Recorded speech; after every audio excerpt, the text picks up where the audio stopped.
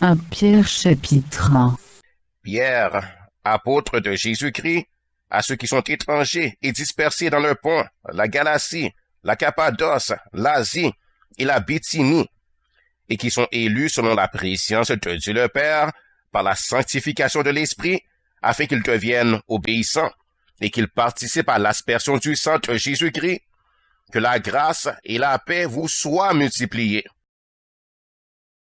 Béni soit Dieu, le Père de notre Seigneur Jésus-Christ, qui, selon sa grande miséricorde, nous a régénérés pour une espérance vivante par la résurrection de Jésus-Christ d'entre les morts, pour un héritage qui ne se peut ni corrompre, ni souiller, ni flétrir, lequel vous est réservé dans les cieux, à vous qui, par la puissance de Dieu, êtes gardés par la foi pour le salut prêt à être révélé dans les derniers temps.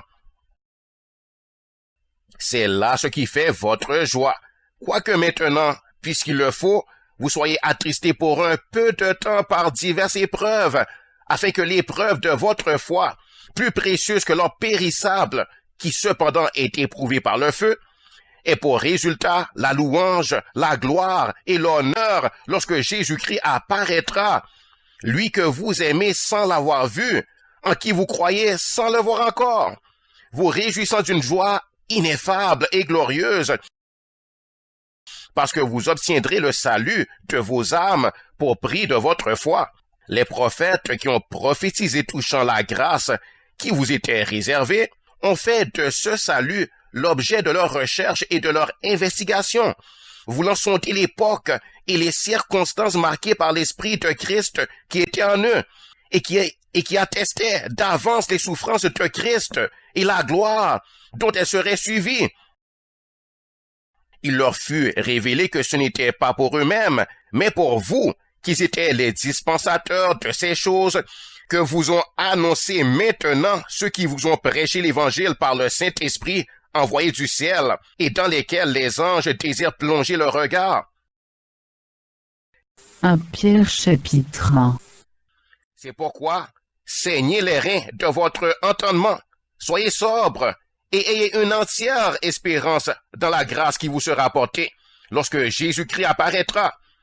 Comme des enfants obéissants, ne vous conformez pas aux convoitises que vous aviez autrefois, quand vous étiez dans l'ignorance.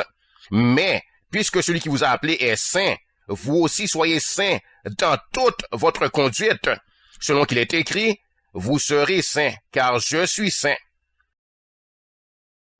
Et si vous invoquez comme Père celui qui juge selon l'œuvre de chacun, sans acception de personne, conduisez-vous avec crainte pendant le temps de votre pèlerinage, sachant que ce n'est pas par des choses périssables, par de l'argent ou de l'or, que vous avez été rachetés de la vaine manière de vivre que vous aviez hérité de vos pères, mais par le sang précieux de Christ, comme d'un agneau sans défaut et sans tache, prédestiné avant la fondation du monde, et manifesté à la fin des temps, à cause de vous,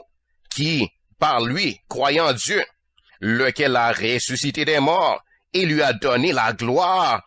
en sorte que votre foi et votre espérance reposent sur Dieu,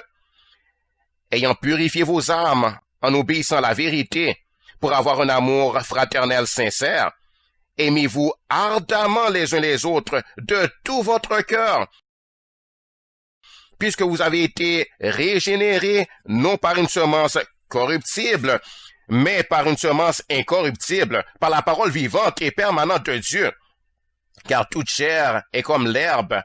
et toute sa gloire comme la fleur de l'herbe. L'herbe sèche et la fleur tombe, mais la parole du Seigneur demeure éternellement. Et cette parole est celle qui vous a été annoncée par l'Évangile.